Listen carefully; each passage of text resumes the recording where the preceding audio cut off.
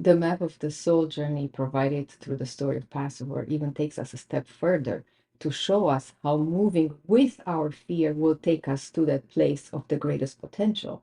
Because when the Israelites arrived to the Red Sea and they had to face death either by drowning or by being killed by the Egyptians, it's only when the first person going in was completely submerged in the water that the Red Sea split, and not before. So it's only when we move forward with our fear that the proverbial Red Sea opens up for us and opportunities show up and a new horizon builds for ourselves, which we didn't even know. They didn't know the Red Sea was going to split. And we don't know that our own Red Sea in our own life will split. But it can only happen when we move forward with our fear. It's important at this time to look at those fears so we can move forward with them. And they knew that the sea will split, but they didn't believe it. So in many cases, we know that something is good for us. We know we need to do something, but we have hard time believing it because we never experience it, because it's outside our comfort zone, because that's not how we do things, and that's what holds us in place. And this is how fear rules us today. We know that we need to quit this job, change the relationship, show up differently, but we kind of tells ourselves all kinds of excuses and stories and convince ourselves just because of fear.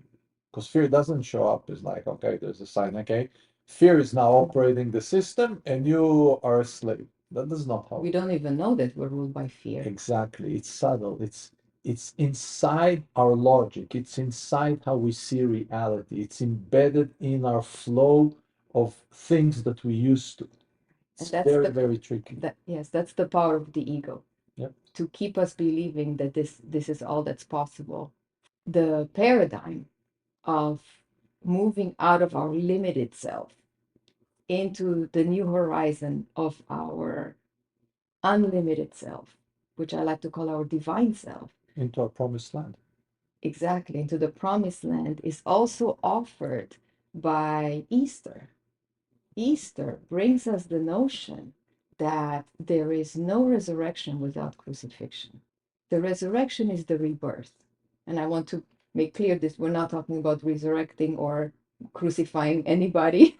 We don't need to crucify ourselves. But what we are being called to crucify is our limiting self, our ego.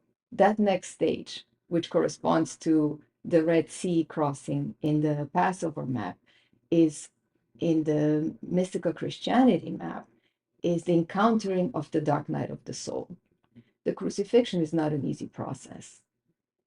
To crucify your ego, to reveal it, that's the biggest fear of the ego. Just to Self, admit that it exists for most people, that's the biggest step that they get stuck on. and then once you admit it, you really have to get to know it. And when you start to get to know it, you start to feel the pain of it. And that plunges us into shadow work. Now, Jungian psychology calls it shadow work. The Sufi and Christian mystics call it the dark night of the soul.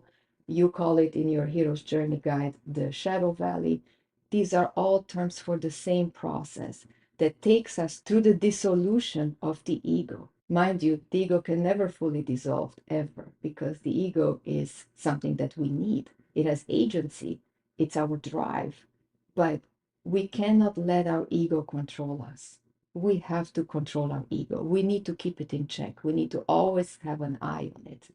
And then we can harness the power of the ego for greater good. Without being a slave to its limitations and fears. I think a lot of people get confused with the word ego because in many cases it has a very negative connotation.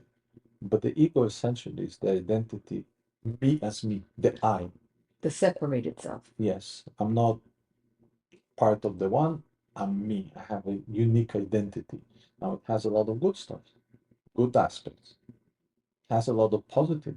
It's the drive, it's our motivation, it's the part of us that does good in the world, that keeps us safe, that keeps us going, that motivates us to go through this process.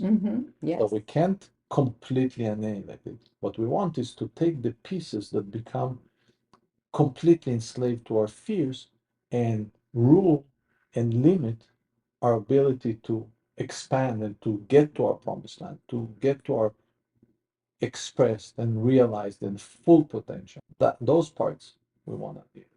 Yes. To reach the point of living fully from our divine self, from our true self,